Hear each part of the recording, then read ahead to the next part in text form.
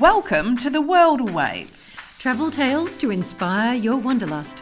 I'm Kirsty Bedford, journalist, editor and travel writer. And I'm Belinda Jackson, author, travel journalist and columnist, and we're your weekly co-hosts. Welcome back to The World Awaits. How are you all? It's been pretty hot here in Melbourne the last week, which has been a really nice change actually, because it's been a really mild summer, don't you reckon, Belle? I thought Too mild. Yeah. Like beautiful hot days and then kind of not great days. This past week I've been full steam ahead at Signature. We've got Holidays with Kids, which has just gone to print, and Vacations and Travel next off the rank. And on a personal note, I've been head down working on my new crime manuscript, and I'm putting it out there because then I have to do it. I have to finish it this first half of the year. So, and also obviously school's back now, so I've been wrangling teens, trying to get Mr. 15 enthusiastic about school, which has been really fun. What about you, pal?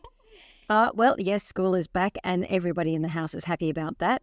So to celebrate, I nicked off to the first industry lunch of the year, and the Sunshine Coast always is the one that fires the starting bell for the year. So, yeah, they came on down to Melbourne. Love the sunny coast. Love them. And, you know, they are pitching themselves as the craft beer capital of Australia with a craft beer trail. And so they were telling us all about the new things that were opening there. And the newest one is Column Beer Company. And also Broome Brewer Matsos has just opened an outpost in Yamundi. You know where the markets are. And if you're looking to stay, there's new accommodation, including a 32-room Essence Boutique Hotel in lovely, lovely Paragon Beach. There's a couple of new farm stays, one called 66 and another one called Seven Peaks, and a 3-bedroom cabin at the Crocodile Hunter Lodge, which is attached to the Australia Zoo. So it's pitched at families. Yeah, it's so good for families up there and everyone else. And foodies as well. They have a pile of food festivals coming up, including the Curated Plate and the Gourmet Mary Valley Food Festival. And gourmet, can I just have a little editorial note here? It is spelled Gourmay, and that is I know, I was looking at it going, oh my goodness, someone's saying it wrong. But it's actually in May. So It's so good. that's right. Okay, yeah. And also there's a new First Nations market that's run by the Kabi people, and that's being held at the Forest Glen markets throughout the year. And also, just getting to the Sunshine Coast just keeps getting easier. The purplest low-cost carrier Bonza has just announced flights. I can't say Bonza normally, sorry. I've got to say Bonza. Has just announced flights from Launceston in northern Tassie straight up into the Sunshine Coast from late March. Good time to escape Melbourne winter, because it's about obviously setting it around. Winter. Yeah, any winter. Any winter. And while the low-cost carrier doesn't run out of Sydney due to a lack of flight slots there, it does fly to 12 destinations from the Sunshine Coast Airport, including 3 times a week to Melbourne. And we'll put all of this sunny goodness in the show notes.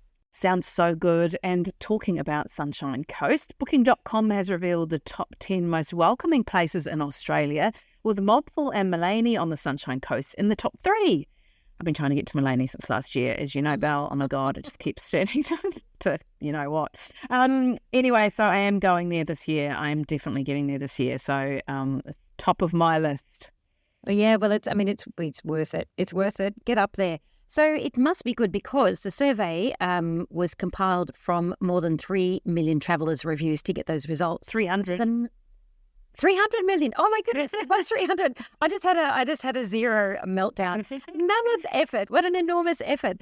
And it says that these Traveller Review Awards are its way of acknowledging the best in the business. So without further ado, the top spot went to a town in Victoria. Can you do the drum roll? I know, my drum rolls are terrible. That is a pretty pathetic drum roll. Okay.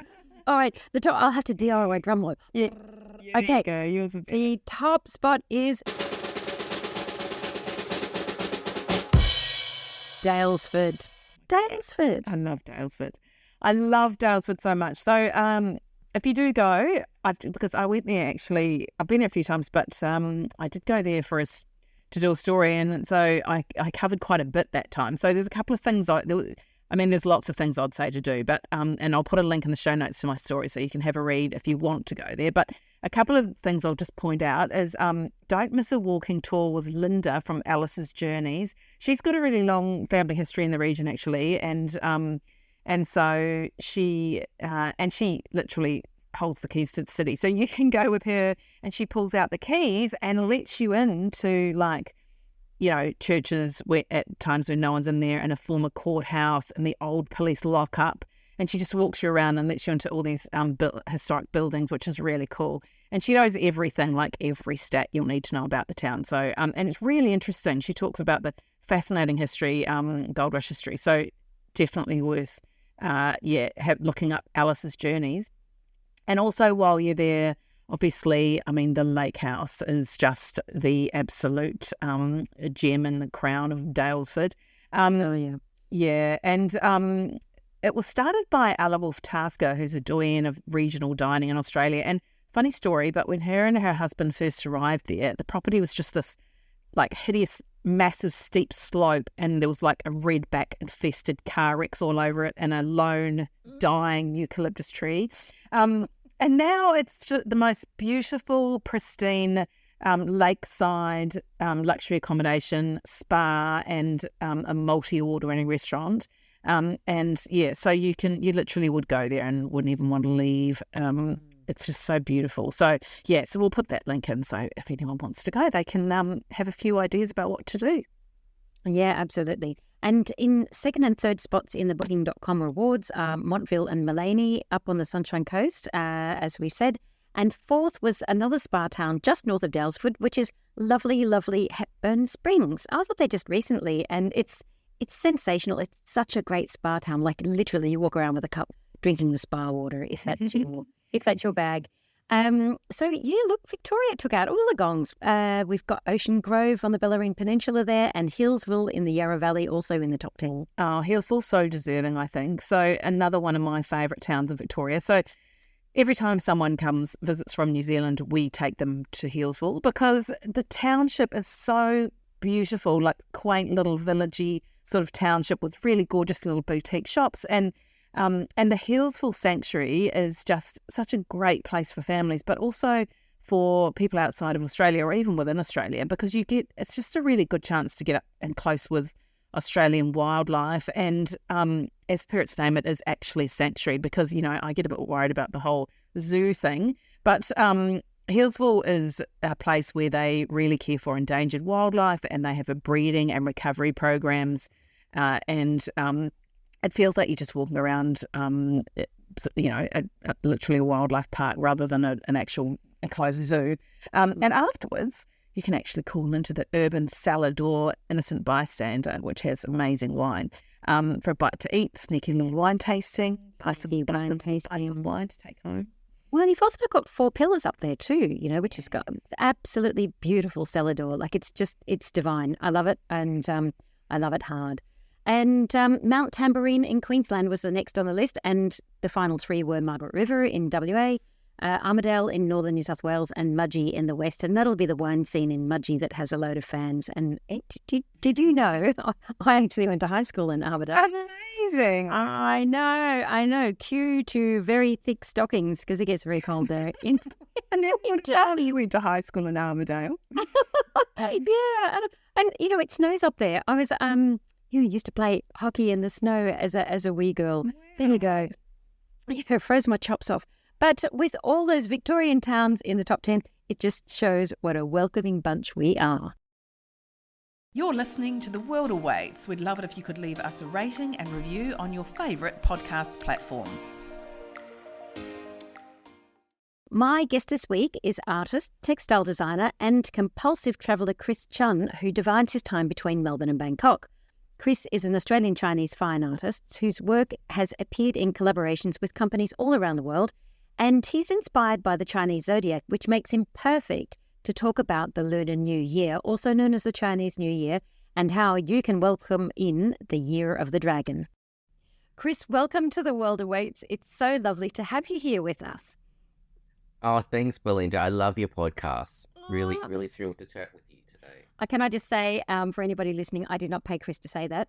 So it's so lovely to have you on, and the perfect time as well, because we're coming into Lunar New Year, and you're of Australian Chinese heritage. You grew up here in Melbourne, and you've been living overseas for most of your life, but your work also is inspired by the Chinese zodiac. So it's the perfect time to have you here as our guest as we enter the year of the dragon. Tell us a little about, first, what your background is about, growing up in Australia. I'm not going to name the decade. You can do that if you want. With that very different background.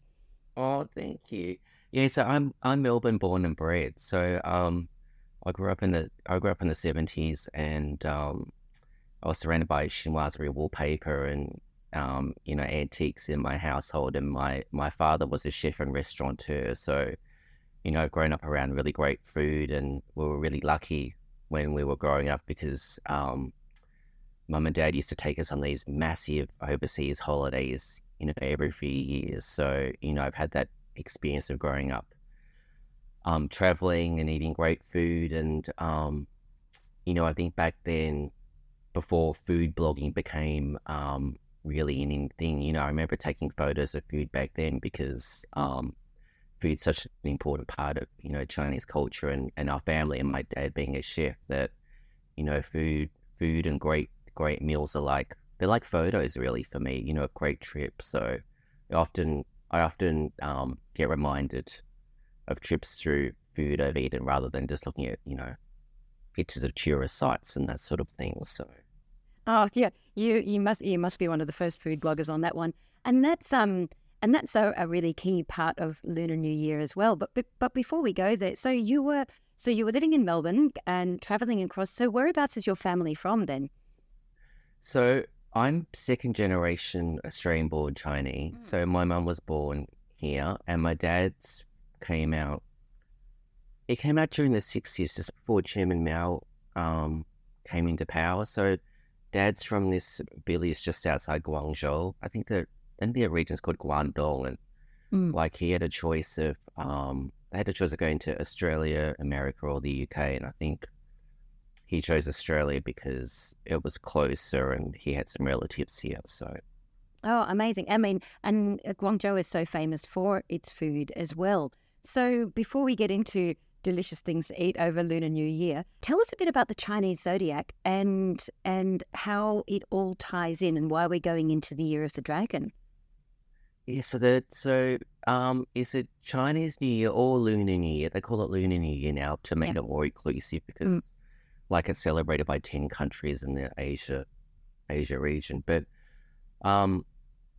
Lunar New Year starts on February the 10th, and it's slightly different to the Gregorian calendar or the Western calendar because Lunar New Year always starts on a different day.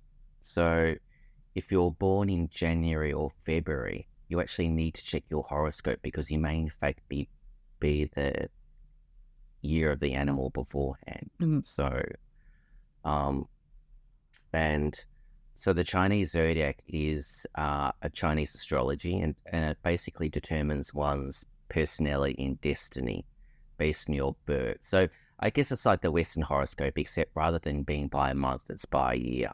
Right. And the Chinese zodiac cycle is every 12 years, so that's why there's 12 animals in the sign.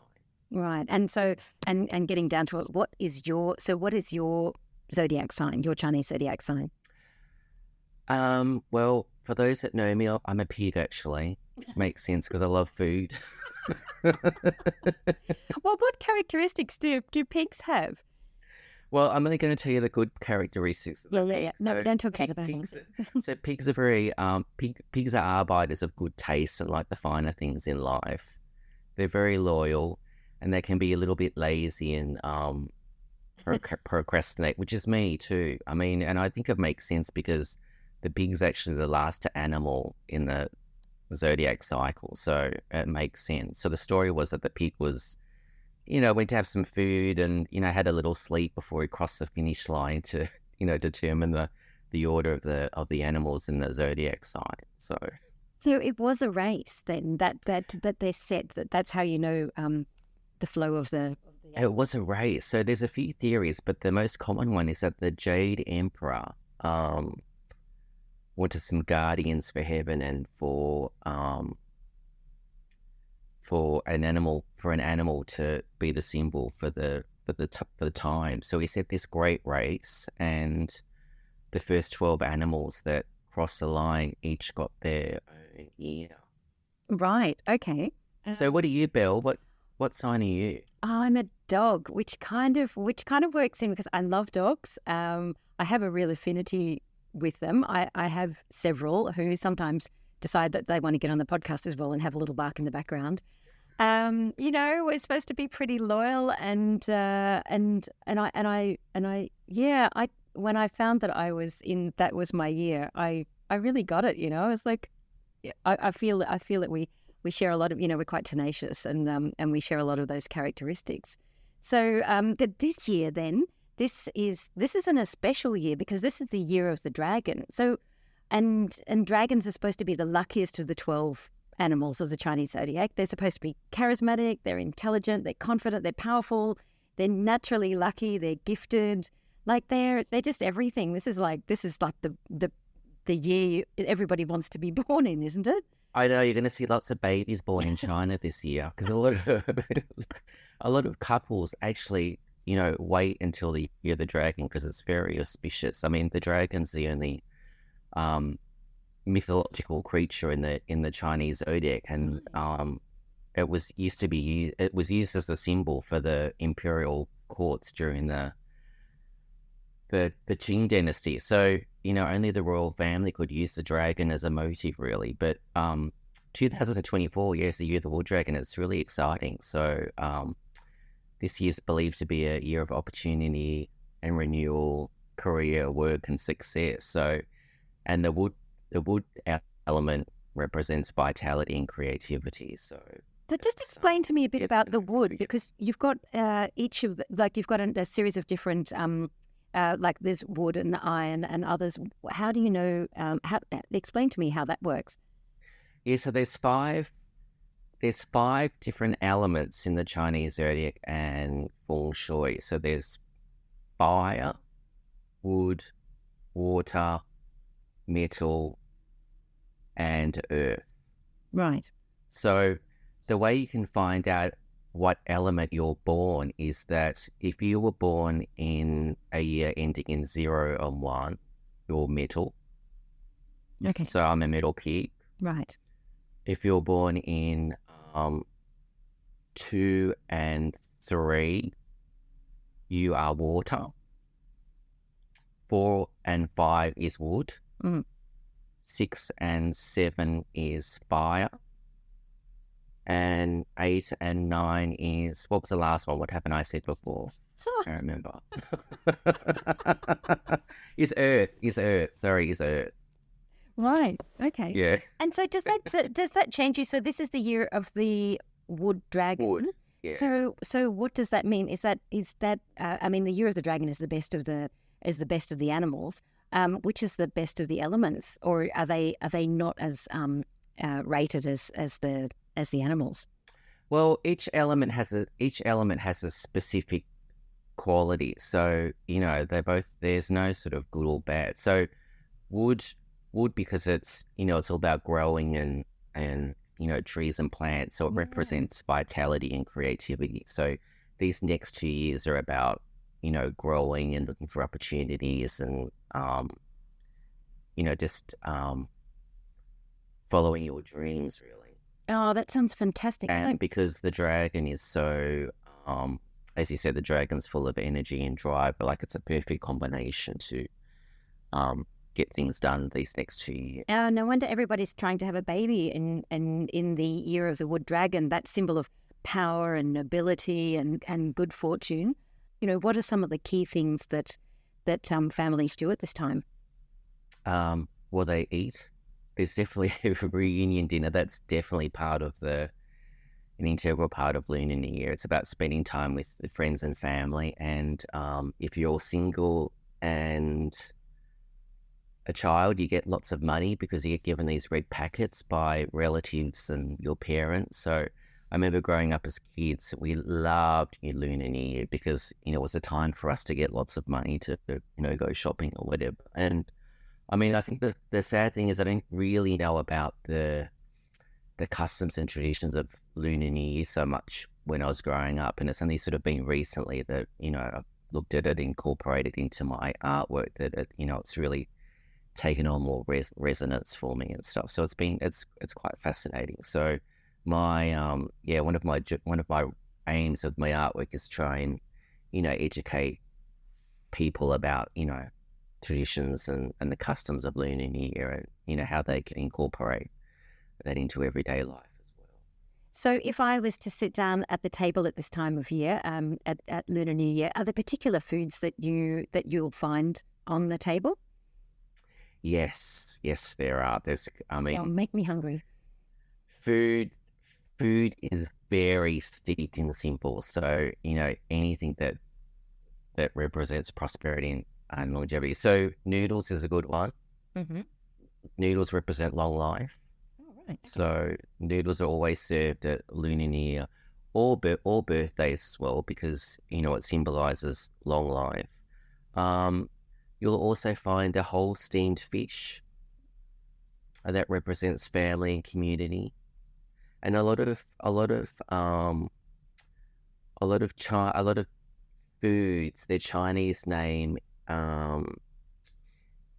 is similar to other names which represents wealth and prosperity. So, for instance, dumplings are served because, the shape represents gold ingots. Yeah, in Chinese culture, wealth and prosperity, it's quite important. So that's why they'll do anything to encourage get wealth. more wealth. Yeah, right. Okay, I'm up for that. So long life and wealth. That sounds brilliant. And are there any other dishes? Is there things that you eat particularly on that big night? I've been down in Chinatown in Melbourne on the eve of Lunar New Year, and it's just mayhem. Everybody's just getting organised, getting everything clean, getting everything ready. You see those red envelopes. There's everyone's talking about lucky numbers and getting ready to to eat as a big part of it. Are there so what else would you have on the table, particularly at that time? Maybe we would have some rice balls, Mm-hmm. called tangyang, and rice cakes. Would have lobster. Would have crayfish, which is one of my favorites. With noodles. Maybe abalone. So we're talking wealth here, right? Yes, it's all about wealth. I think one of the best things to do during Lunar New Year is, just grab your friends and family and go and have one of these amazing set menu banquets at one of the restaurants here in Melbourne, for sure. Fantastic.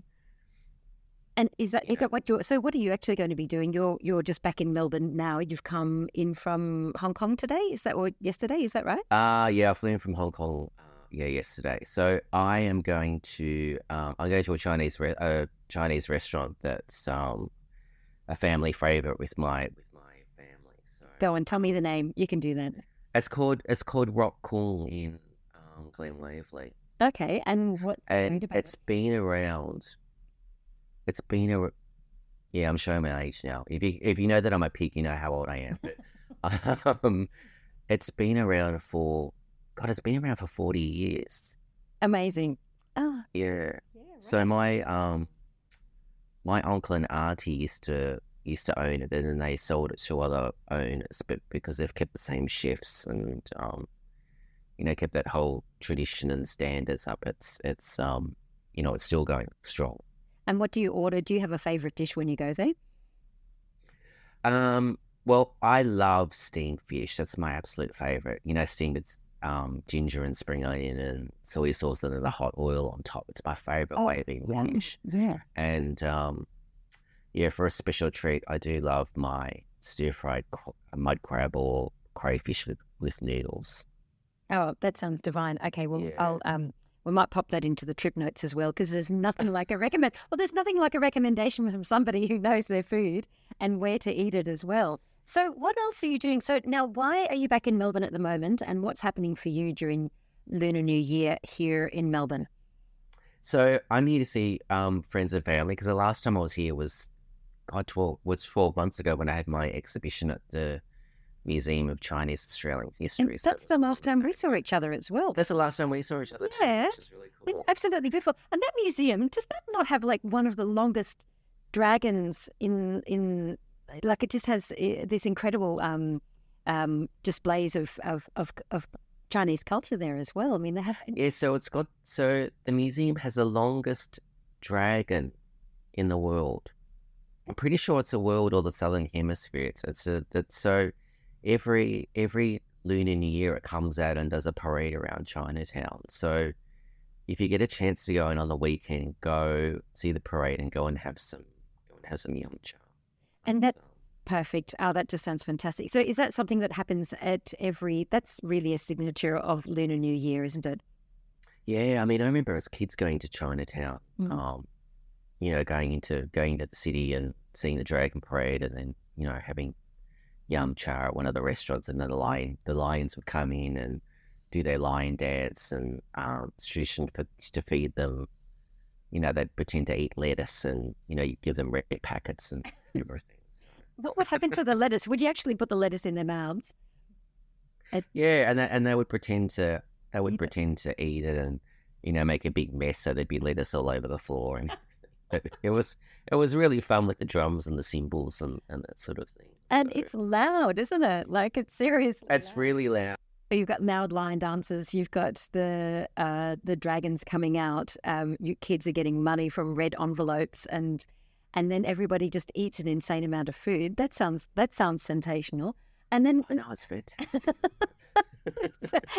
kids get money. When do you actually stop getting the money? Is it kind of when you hit your teenage years, or when do they say you're too Yeah, I think I stopped. Yeah, I stopped getting it when I I think after 21 I stopped getting it. Oh, that's better than And now I give it to my nephews and nieces and younger members of the family. So it's it's fun. It's funny. Right. And you always got to remember that the notes in the red envelope have to be crisp. So there can't be any fold marks or torn corners or anything. So it's actual money. It's not like you're actually giving them the cash, right? Yeah. It's better to give cash. I mean, some people give gold coins or whatever, but I think cash is the best. Yeah, right. Sure. And does it have to total a particular number as well? I mean, is it 8 is a lucky number at this time? Well, 8's considered a lucky number, but I think I remember as kids if we got anything lower than $5, we were disappointed. So. We've always that aunt that gives. We were really spoiled. So now now for me when we give money, I'm thinking, oh, do I give 50 or 100? So it's that. Yeah, it's just. Oh my goodness! Because I want to be known as the fun uncle. Yeah. Right. Okay. Note to self: start saving up for Chinese New Year. So now in Melbourne, then you have this this connection with it. But what are you doing? So last year you had a beautiful exhibition, and this year, what are you doing in Melbourne for Lunar New Year? So I've been commissioned by the City of Melbourne to design six dragon posters to commemorate Year of the Dragon, which is really exciting. So these are going to be placed all around Chinatown, and because I've trained as a textile designer, I thought I'm going to incorporate pattern because that's what I love to do. So I've incorporated pattern and dragons together. So you're going to be walking around Chinatown, and suddenly you're going to see these massive 2 meter by 1.5 meter wallpaper prints, just plastered on the side of buildings and laneways. And so I think it's going to be really fun and exciting for people to, discover and think, oh my God, what the hell is that doing there? Oh, amazing. That sounds fantastic. Yeah, so they're going to be full of color and, and the Lunar New Year is also known as the Spring Festival. So so I've used a peony rose because that represents the wood element as well in lots of traditional Chinese art. So basically I've created some posters with the dragon and the peony rose. Oh, how beautiful. I can't wait to see them. And how long are they going to be up for? I think they're going to be up for the whole year, actually. Wow. Yeah, so Friday the 9th of February, they're going to be installed. And that's the day before, so the 10th. Yeah, that's the day before Lunar Lunar New New Year. Year starts. Right. And how long do the celebrations normally go on for? Usually 2 weeks. So there's normally 15 days of the festival, and there's some rules for do's and don'ts for Lunar New Year. So the other bonus for Lunar New Year is that you have to wear something new on New Year's Day. Right. A new piece So of you clothing can't or wear anything old. Clothing, you cannot cut your hair or do any housework or wash any clothes on the first 2 days of Lunar New Year because it's bad luck. Because the Chinese believe that you're cutting hair, you're cutting off your finances, and you're sweeping away your wealth. So, you can just have great food, wear new clothing, and just relax for the first 2 days of the festival. Oh, that sounds brilliant. And that reminds me of the other thing that last time I was in Chinatown in Melbourne, the day before, was that the hairdressers were packed, absolutely packed, with everybody getting their haircut. Yeah, that's why. Getting themselves all ready to go. Because, of course, you've got a couple of days of hanging out with family and friends and seeing people you don't always catch up with. You want to look great as well. So you've got new clothes and your new haircut and you're looking fantastic. That sounds really amazing. And then, well, yeah, I guess it's like setting the intention of your best self for the coming year. So that's why they do it. Absolutely. And so the intentions for you for this year, I mean, your art has gone global through collaborations, and you've also been doing a lot of things for, packaging for Lunar New Year products and things like that. And I think you're in Rome this year as well, aren't you? As well. I mean, you travel enormously around the world with your work. So just tell me a little bit about how you incorporate those elements of chinoiserie or of Chinese influence in your work. Well, I think for me, like having a story to tell is really important. No, I don't think I really embraced my Chinese cultural background when I was growing up, and I think it's only been like the last decade, because I painted my first zodiac back in 2010. So, it hasn't been like an overnight success story, but it's been this gradual thing. But I think being Australian, we have this new way of looking at things. Like, we don't really have this historical background as, say, they do in America and Europe, for example. So, we have this really great lifestyle and this, I guess this sense of wanderlust and I guess opportunity, looking at things with new eyes. So I think, for me, looking at the zodiac and, trying to incorporate it into my work, and then, putting in elements of my textile design background and, the symbology of certain motifs that are used in traditional Chinese art, and incorporating that, I sort of see my work and my zodiac as like little good luck charms and amulets for people to have in their home or home office and stuff. So, it's been a really fun journey so far, and I think, I did see a fortune teller 18 months ago in Vancouver, actually, that specializes in feng shui, and she said, "Oh, these next 2 years are going to go gangbusters for you." And I was like, "Really?" She said, "Yeah." So, I mean, for the pig. So,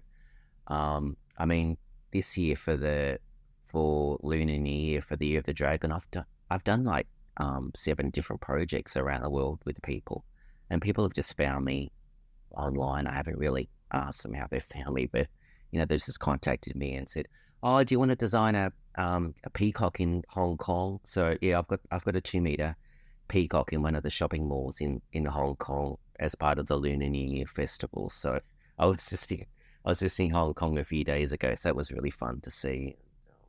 Amazing. Yeah. And what are some of the other projects? So I've actually got another project with Haven Retail Group here in Melbourne. So at the Pines Shopping Centre and Forest Hill Shopping Chase, they got me to design a dragon, and so they created these dragon tote bags, which you can get if you spend $75 or over. And I think if you take a selfie, you can go into the draw to win one of my dragon prints. And then I've done a big collaboration with this luxury hair and beauty brand called Orbe in the States. And so they commissioned me to design their Lunar New Year packaging, which is the first time they've done it with an outside artist, which was really fun. And yeah, it sold out too, which is really nice. So that was really nice to hear. And that is fantastic to hear. And it's interesting, isn't it, that like you say, you didn't really tap into it as a child. And I think, really growing up in Australia in the 70s and 80s was all about just keeping your head down and trying to blend in as much as you could, really, and about not standing out. And that's so different to how cultures today in Australia that if you've got a particular food, you're really proud of that food and you bring it in, and you like, it's not the time that everybody wanted a white ham sandwich in their lunchbox. I think that's... I know. It's funny. It's really funny. Like my dad, when my dad opened his first restaurant, Mountain Village, back in 1978, I didn't even like Chinese food back then. He had to go to the local pie shop and get me a meat pie. One of the amazing gifts he left for my brothers and I is that we're all really good cooks. So we're the cooks in our relationship, in our relationships. Yeah. So I mean, he's given us this gift of having great food and being able to cook, and just really enjoying life. But I think he would be really proud. Actually, I think he would be. I don't think it was. Yeah. I don't know. I think he'd be really proud. Actually. Now I've got one final question for you, and it's the question we ask all of our guests, and that is, tell me, and I'm sure this is going to be bizarre, what is your most bizarre travel moment? Oh, I've got a few actually, but I'll just tell you one. Okay, I'm surprised. Go on, tell me. So, on my first trip to Europe, I did a overland safari in Africa from Joburg to Nairobi, and all the kids thought I was Bruce Lee. It was so funny, and I think that's why we weren't attacked or anything, because on our last day in Nairobi there were riots. I remember going to the bank to get some money, and they locked the doors and locked us in. They said, "You stay here because it's not safe." And so we turned around, and there would be these protesters running by the bank, and then the police were chasing after them as well, and then you'd get this next mob of the press reporters chasing after them as well, and they let us out, and they said, "Oh, we think you've definitely got to go back to your hotel or hostel because it's not safe." And I thought, stuff this, I want to go to the markets. I haven't bought any souvenirs or anything. So I was lucky that one of the people that I was with was this like 6'4", coloured from Cape Town. He looked really scary. So we went shopping together. He was actually scared. I was like, no, come on, let's go shopping or whatever. And so we ended up spending all day at the market shopping, and then we got back to the hostel and walking by the road at night and everything. And we got back, and the receptionist there was like, "Oh my God, where have you been? Like, it's not safe out there." Apparently one of the guests was stabbed. Oh, I know. And you were saved. Can I point out that for those that haven't seen Chris, that you're not exactly a tall, intimidating person yourself. So you just wandered miraculously through this riot scene, shopping for your souvenirs. Yeah, because I also thought I was Bruce Lee. I love it. Okay, I think our last guest that we had on has been mistaken for Freddie Mercury. So we're gonna make a rule now. If you don't look like somebody famous, we're not interviewing you on the podcast. Yeah. Well, look, Chris, thank you so much for joining us. I hope you have a great time back home in Melbourne, celebrating Lunar New Year with the family. I hope that the year of the dragon lives up to it, and that all pigs and dogs thrive in the upcoming year. And I can't wait to go down to Chinatown and just to hit the yum cha, because the food at the moment just sounds absolutely sensational. So thank you for joining us on The World Awaits. Oh, thanks so much for having me, Belle, and Kung Yi Fa Choi. So happy Chinese New Year to you and your family. And to you too as well.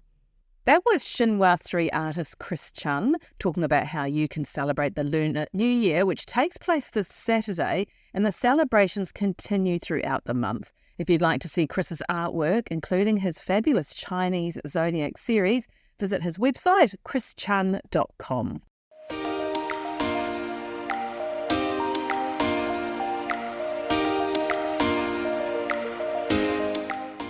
Our tip this week is about travel insurance, and I want you all to stop yawning right now. This is really important advice to help you save money, so you've got more money to spend on travel, which is my total motivation. So financial comparison site Mozo has released its travel insurance report and found that we, Aussies, could be saving up to $167 by shopping around for a better deal. Yeah, and interestingly, it found travel insurance costs have increased by 24%, mainly unfortunately, for those in cruise and ski. So cruise travel insurance increased the most at nearly 32%, and ski travel insurance was the next biggest increase, and comprehensive travel insurance came in a close third.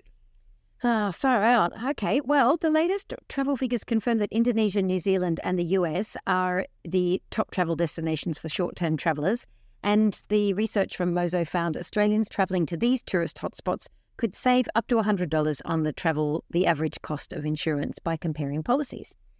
Okay, so what are the key things you need to do then and check when comparing policies? Because it's all very well telling you that you can save money, but how do you do it? So every travel policy gives you a page of cover info, which can be quite difficult to interpret. You know, those big long things, paperwork. Boring. Also boring. Yeah, and it's always in tiny print. But make sure, even if the list is really long, you have to look for some very specific things. So there's a couple of obvious ones, but sometimes people don't check for these, like hospital stays or lost luggage.